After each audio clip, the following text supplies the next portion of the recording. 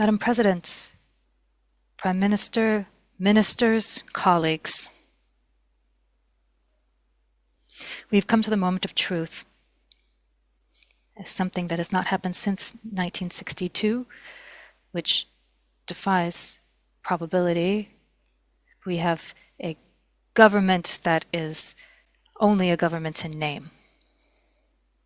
After he was appointed to Matignon, he promised to be transparent, faithful, and then he tried to pass a budget bill that would be sovereign and reasonable and faithful to the 11 million people who voted for us. And we were wrong to think that this would simply be a continuation of the system that had been in place previously.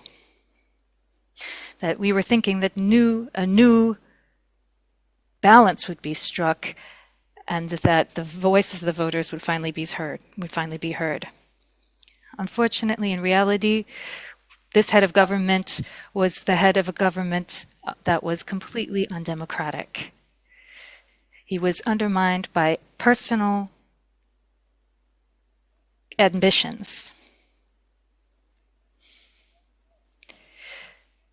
The National Rally Party will likely vote in favor of a no confidence in just a few minutes.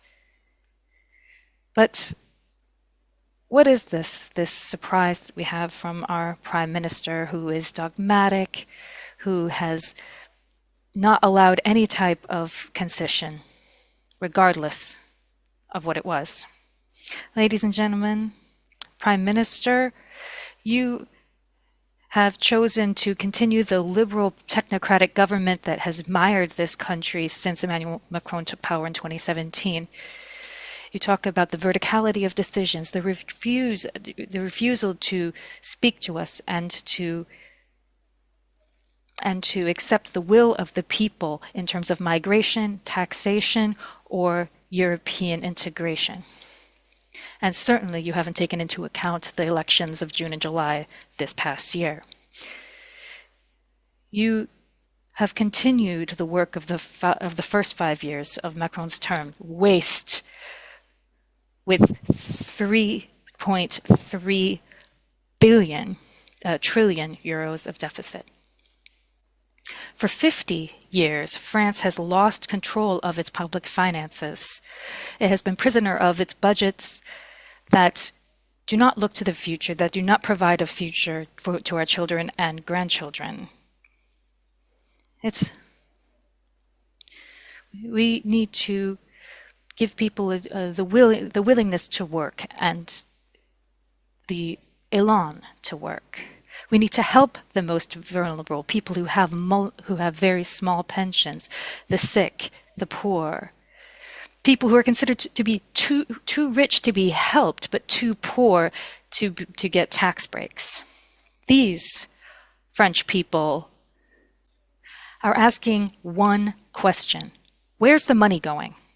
Because just like we see this paradox where taxes are getting higher and higher, and yet public services are getting worse and worse. Social protections are getting worse and worse.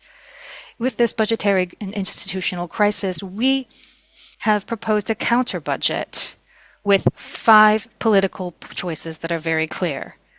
Give French people their purchasing power, defend entrepreneurs, stop speculation and fraud, shrink the state, and finally, stop public expenditures that the public is not in favor of. We are going to take this all the way because these are very detailed measures that we have proposed. But the only response we've had to these measures is just taxes, taxes, taxes, on 40 billion euros in tax increases on businesses. But this is not the National Rally that approved this regressive budget. It's economists who did that. You did not want to index retirement to inflation. That was a line, a red line for this common coalition, the Barnier coalition. I would like to mention what some MPs have been saying, which is representative of a bit of collective amnesia. Mr. Attal, Mr. Vauquier, you talked about every year wanting to index pensions to inflation. That was admirably summarized by one of your colleagues, talked about higher taxes, lower pensions.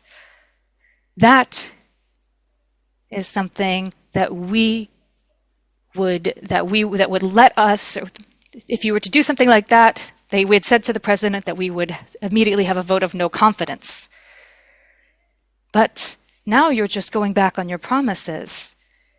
You have no vision. This is a technocratic budget that continues to continue the downward slide of uncontrolled spending.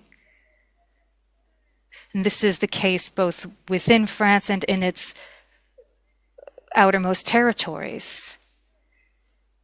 You can see, and it even worsens the horrible security situation we find ourselves in. Now, I would like to talk about our overseas territories, which are very dear to my heart. Of course, there is a social crisis happening, lack of drinking water, migratory crisis, and nothing has been done about that. The budget that we are rejecting today is the contrary of balanced policy. It is cold-hearted, bureaucratic, a continuation of the status quo. We need to remember what we have a mandate for, and we in the National Rally have focused on security, purchasing power, and immigration. But the government coalition did not want to see eye to eye with us. They could have taken it through national conciliation. And they were too late to try and give us some concessions. I lament this, but it is true. So anyone who thinks that I'm trying to strike fear in people's hearts by having this no confidence vote. But I would say to not have a no confidence vote would actually be striking fear in people's hearts. There will be a budget because our institutions make it possible for us to, at the earliest, vote with a new government on this 2025 budget bill. There will be a special law that we will vote for, of course, so that the state can continue to collect taxes and make expenditures. However, we want to avoid the horrible mistakes of the past. We want to defend our national interests after 40 years of toxic international policy, and we want to avoid chaos. The dissolution would have been leads us to an old and wide gap between what the people want and what the government does. Let's think of our legislative elections that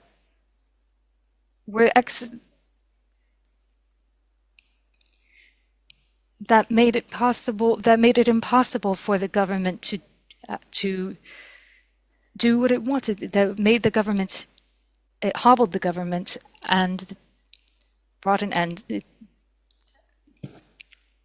and was devastating to the functioning of our country. Let's think about the powers of the judiciary, the SNCF, our government, our scions of industry that we need to support. Emmanuel Macron has gone after this country on all sides and has weakened the position of president, as well as France's institutions.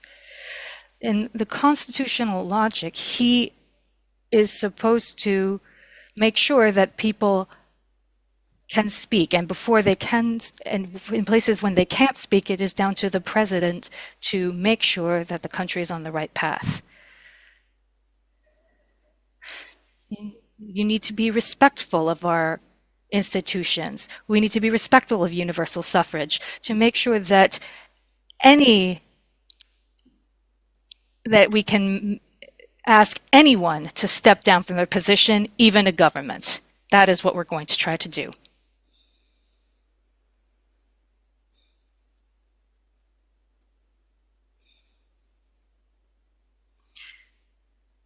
It is perhaps worth wondering if he is interested in staying or not.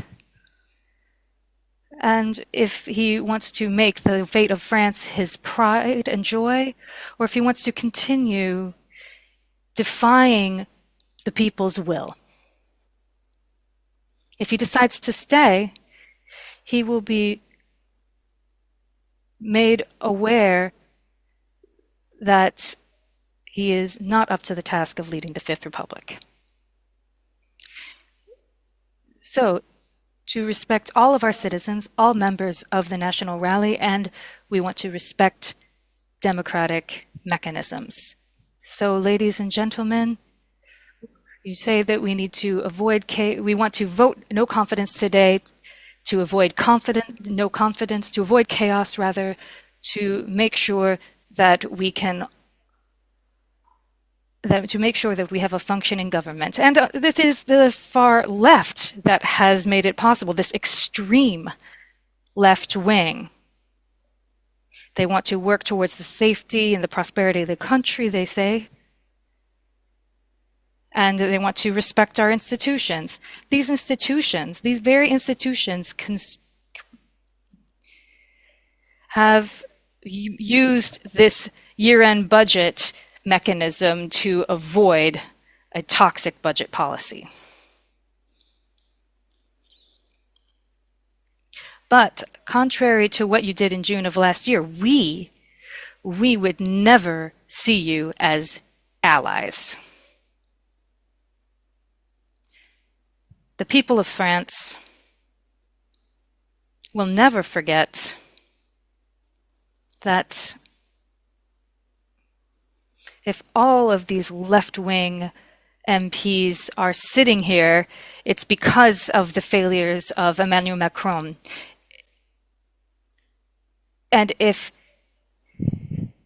there are Macronists sitting here as well, then it is down to the failures of the far left. Is that not right, Mr. Vauquier?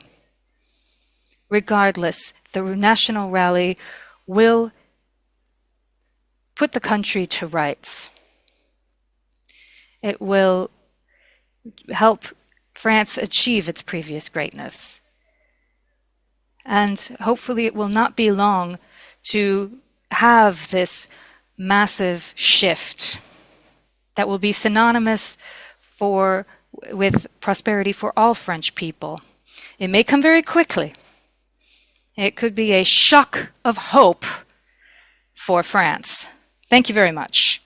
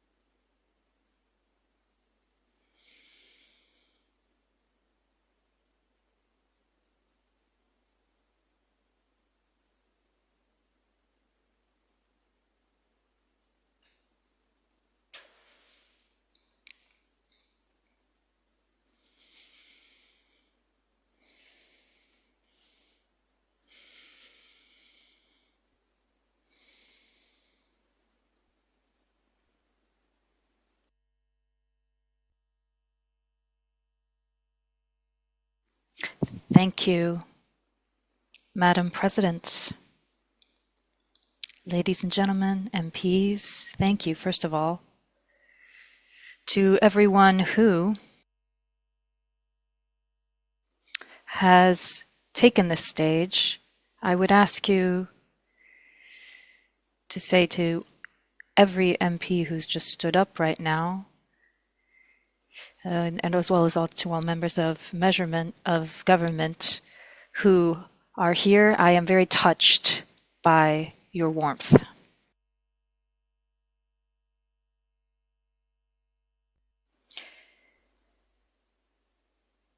We have come to a moment of truth, ladies and gentlemen, a moment of responsibility. I heard PM Gabriel Attal, thank you for your trust, who expressed his wishes to have less noise, more action. It's hard here, isn't it? Regardless, less noise would be good, more respect, something that I have expressed by listening to you, to say that I am a prime minister with that same consistency. And then there's the responsibility of my government on the Social Security Finance Bill.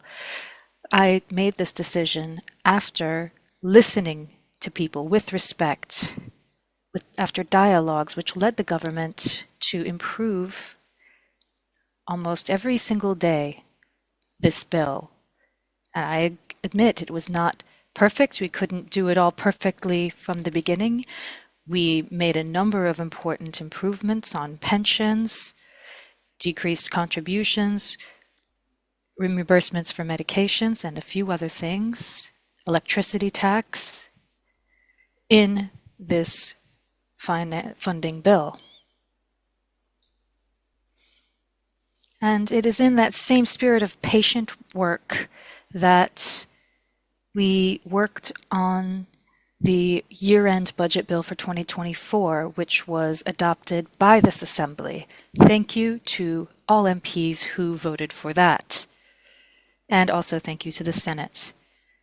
Ladies and gentlemen, this method has borne fruit after many hours of work in Parliament. The finance bill, the Social Security bill, was the fruit of labor of a bicameral committee, and it had been in the making for 14 years.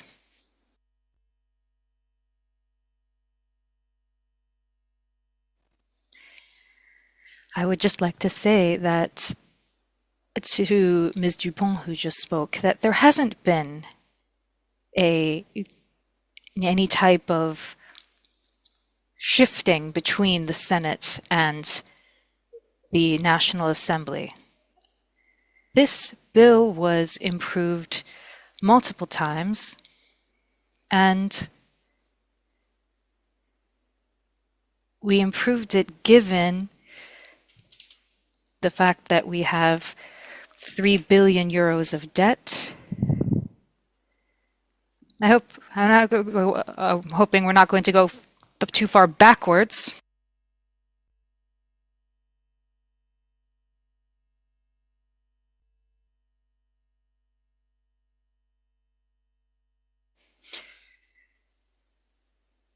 $60 billion in interest,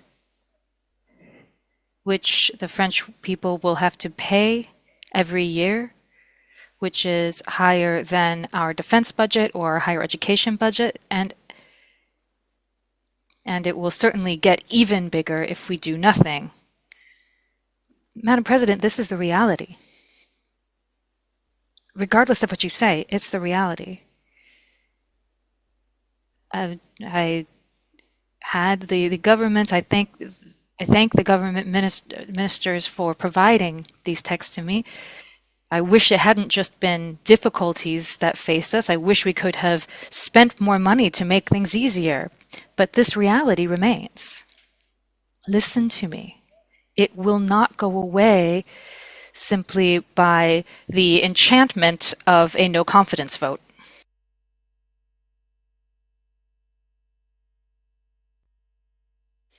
Mark my words, it won't be long before this reality is something that any type of government will be faced with. Any government to come. Ms. Le Pen, I say any type of government because we're talking about our sovereignty. I'm sure I can say that when I see your proposal from today, yesterday, we do not have the same understanding of sovereignty and being a patriot. I heard someone mention austerity just now. Who could believe that this budget is an austerity budget when expenditures for Social Security are increased by 2.7%? I would love to be able to say something different, but how are we going to make sure that we can deal with this financial burden that our children are going to have to pay for? We cannot just write a blank check. We have to make sure that this budget is the result of judicious choices. You, the French people that you represent, ladies and gentlemen, be they here on the mainland or in the overseas territories or the 3 million that live abroad, this is something that will affect them, given the different pension issues. We've also increased the number of people working in critical care. We have increased access to palliative care, and that is independent of the debate on end-of-life care. We've also invested in mental health, which is a major issue for 2025 and beyond, of course. This will persist beyond 2025. We will improve care for women who are victims of violence. We will also have better regulations for professionals. We will be working to improve training for nurses. We have a special fund of 5 million euros, 500 million euros for care homes. And we will also be fighting fraud and simplifying data exchange between health insurance companies. That's just a few examples. Ladies and gentlemen, these are the advancements of this bill. I'm probably going to be saying this the last time. I've had to say that this type of time strain of 2 weeks to prepare a bill, it has only happened once before. There are a lot of amendments that were made here, taking on board comments from all political stripes. And in the bicameral committee, we were able to find a consensus on 4 major elements: improving the effectiveness of our social system, improving healthcare access, protecting the most vulnerable, and preserving our public finances. I would like to thank the head of our commission, Mr. Valtou, our rapporteur, as well. I would like to thank. And say this again because you worked together on this. President Philippe Moulier, our general rapporteur, Elisabeth Douane. And also the members of my government that worked together with you on this bill, especially Mr. Martin.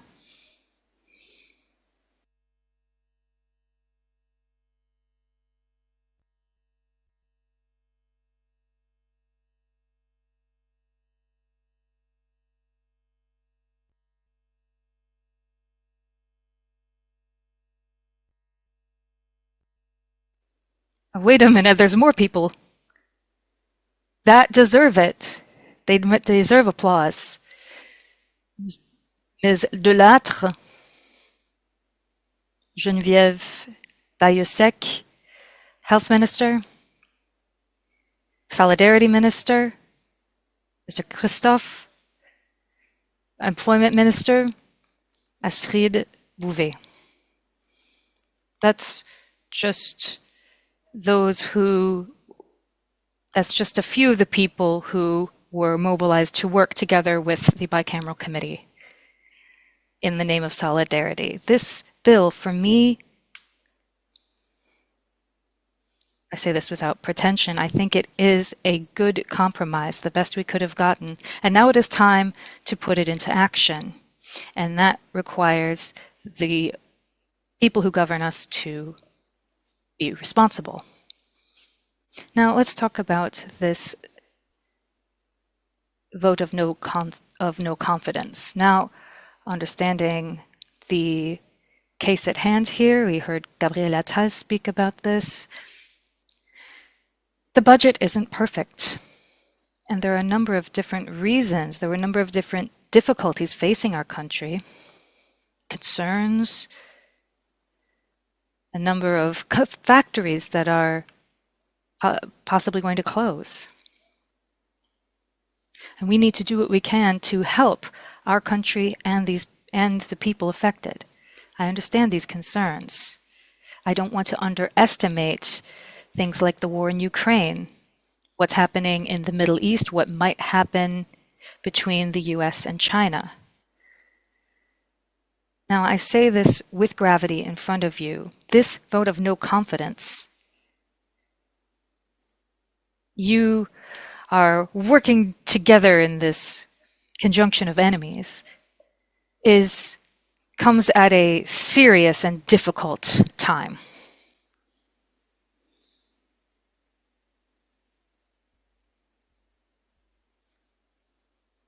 And I would like to say my sincere thanks for the support that I have received.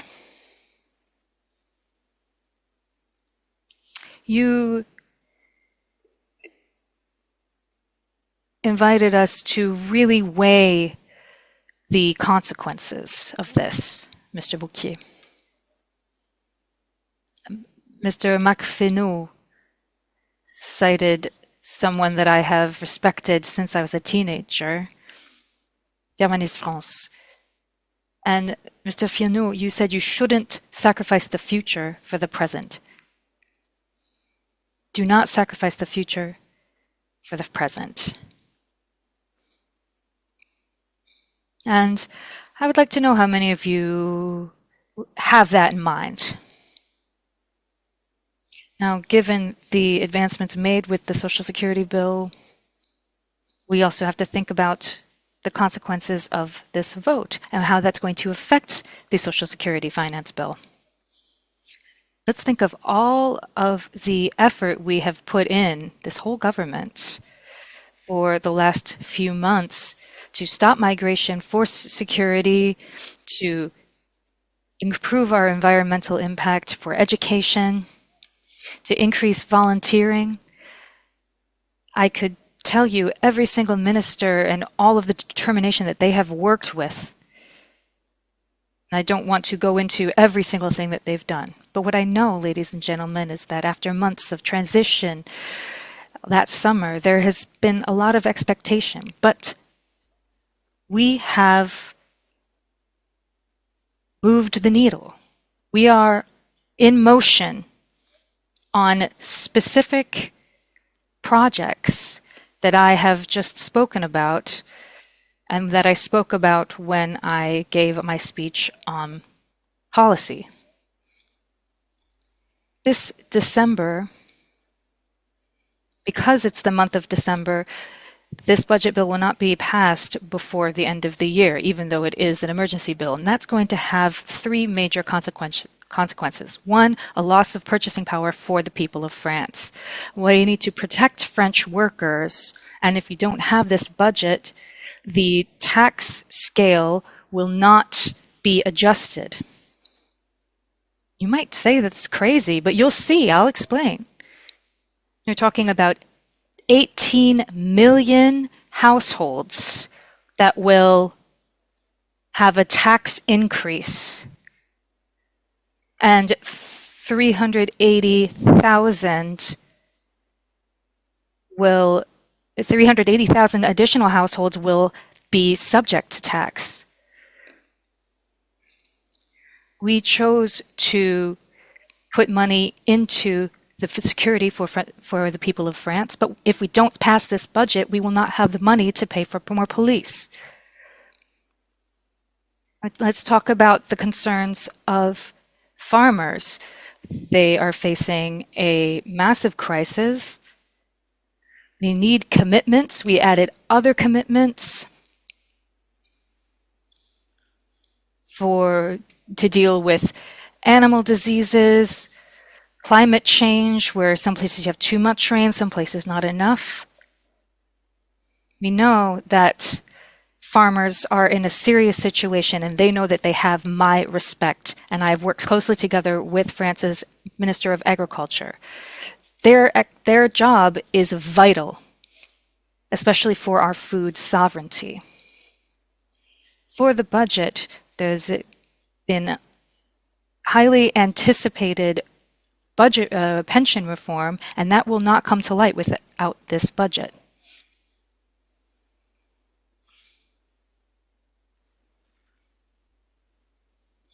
We also need to pass our formal position on the treaty with Mercosur.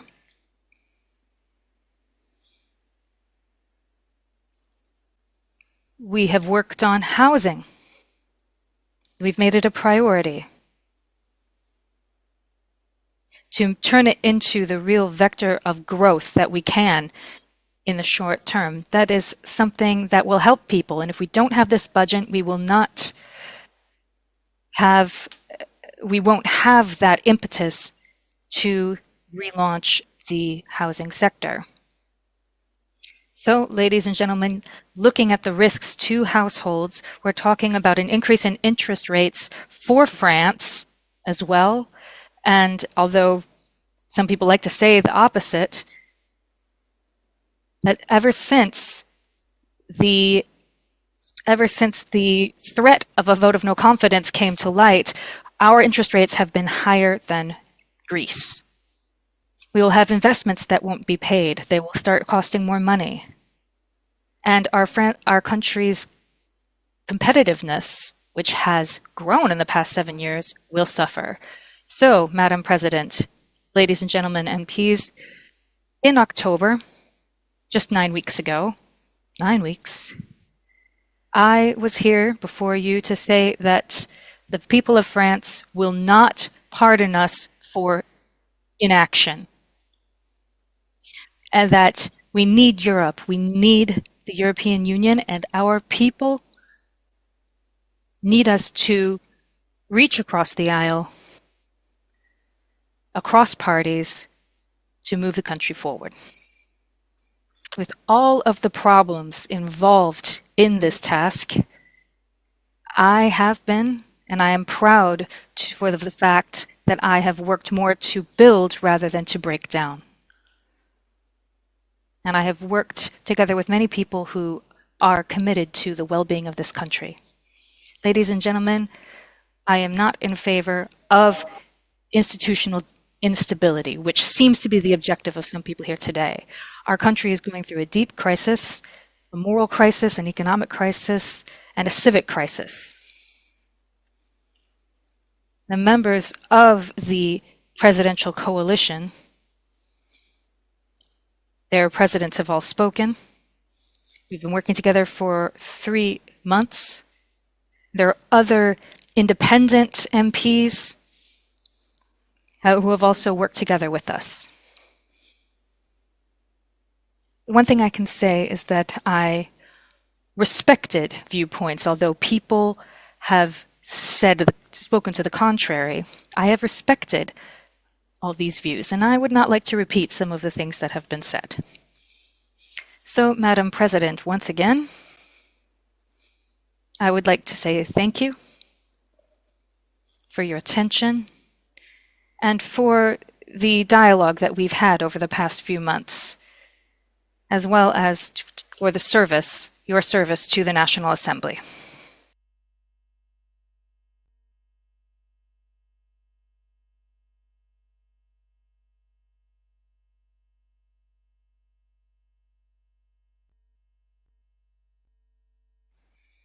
And now, when I turn the floor over to this serious, important vote, I have a memory, a quote from Saint-Exupéry, who said something along the lines of, "We are all responsible for each other. Everyone is responsible for themselves. Everyone themselves is responsible for everyone." And so I hope you, ladies and gentlemen, will keep that in your conscience as to whether you vote or not in this censure motion, and that you bear in mind all of the consequences that I attempted to describe. This decision, ladies and gentlemen, will be down to your individual choices. That calls upon you to engage in collective action before the nation because, of course, you have the fate of the people of France in your hands. What will happen this evening in this hemicycle, what we will remember is not the clashes between parties or the fate of the Prime Minister. I'm not afraid of the result. I've never been afraid in my political career. What they will remember is our collective ability to together rise above the tensions and divisions in our country and to be the compass, to use the general interest as our compass, to try and create collective progress, be it large or small, for the people of France, as well as to create stability for our citizens. We need social and economic actors. This is what they need from us.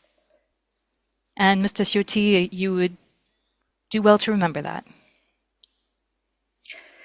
I am very happy to continue working together with this assembly to work on the budget, work on our country. And in the 6 months we have ahead of us, I will be working together to create to bring new spirit into France. Someone wanted to mention a particular figure, Georges Pompidou, who certain political parties were not fans of. Yes, and in 1962, he was subject to a vote of no confidence. And this statesman, whom I've always admired, recommended something. He wrote that in all circumstances, you need to try to maintain the morality, collective morality.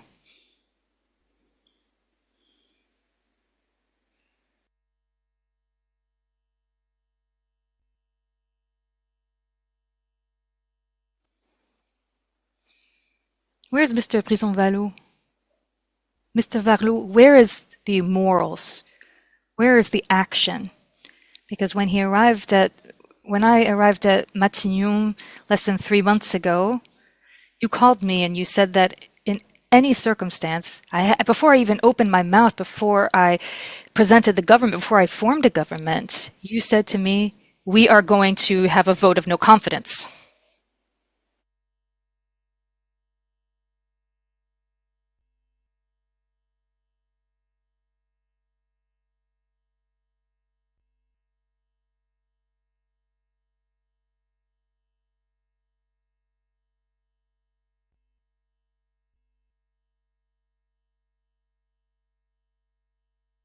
Madam President,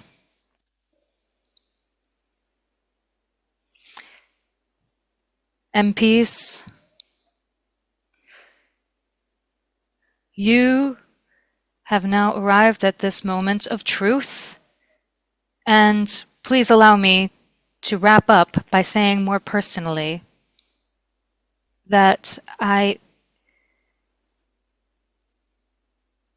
view it as an honor to have been for these last 3 months and to be Prime Minister of France.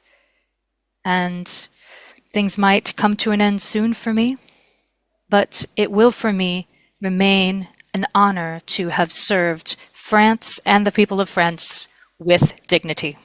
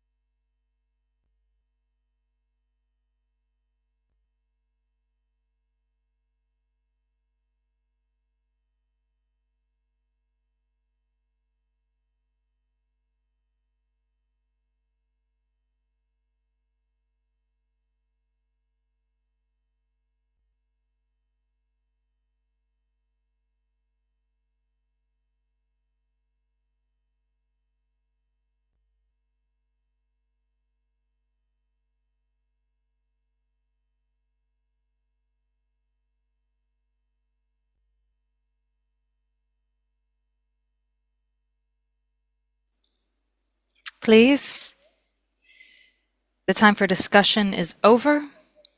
I will now start the vote. A motion put forward by 48 members of the Parliament. It will be voted on by the entire National Assembly. That the vote will happen in the room next door. The vote will be open for 45 minutes and will close at 8:15, 8:20, 8:20. The session is interrupted.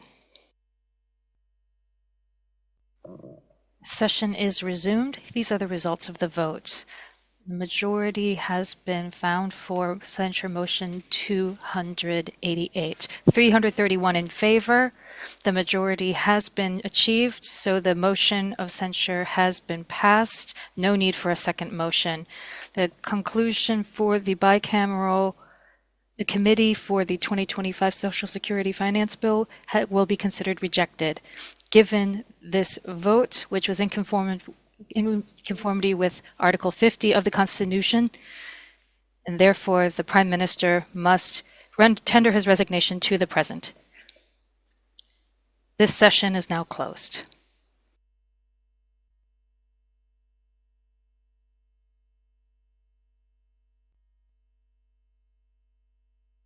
And when Charles de Gaulle created the Constitution for the Fifth Republic, it was kind of based on the premise that the French are ungovernable, that Parliament will go through these periods of turmoil and tumult, and therefore the French president is given great powers, great executive powers. Macron can use them, but the longer he does so, the greater the impression of him ruling in an undemocratic way. And so if he is ultimately forced out, that could make it easier for the far right to get into power. So there's a huge amount at stake here, both financially for France, economically, politically for Macron, crucially for this country at the heart of the Eurozone, but also what's happened tonight could increase the chances of the far right finally doing what they wanted to do for decades, get their hands on power in France. It could be, as you say, have very, very large consequences what happened today. Donald Macron, thank you very much indeed. Just to recap the breaking news just in the last few moments, the French President Michel Barnier has lost a no-confidence vote in the National Assembly, which means he's the shortest-serving French Prime Minister since 1958. Out of a total of 574 current members of the National Assembly, 331 voted against Michel Barnier, so they voted that they didn't have any confidence in him.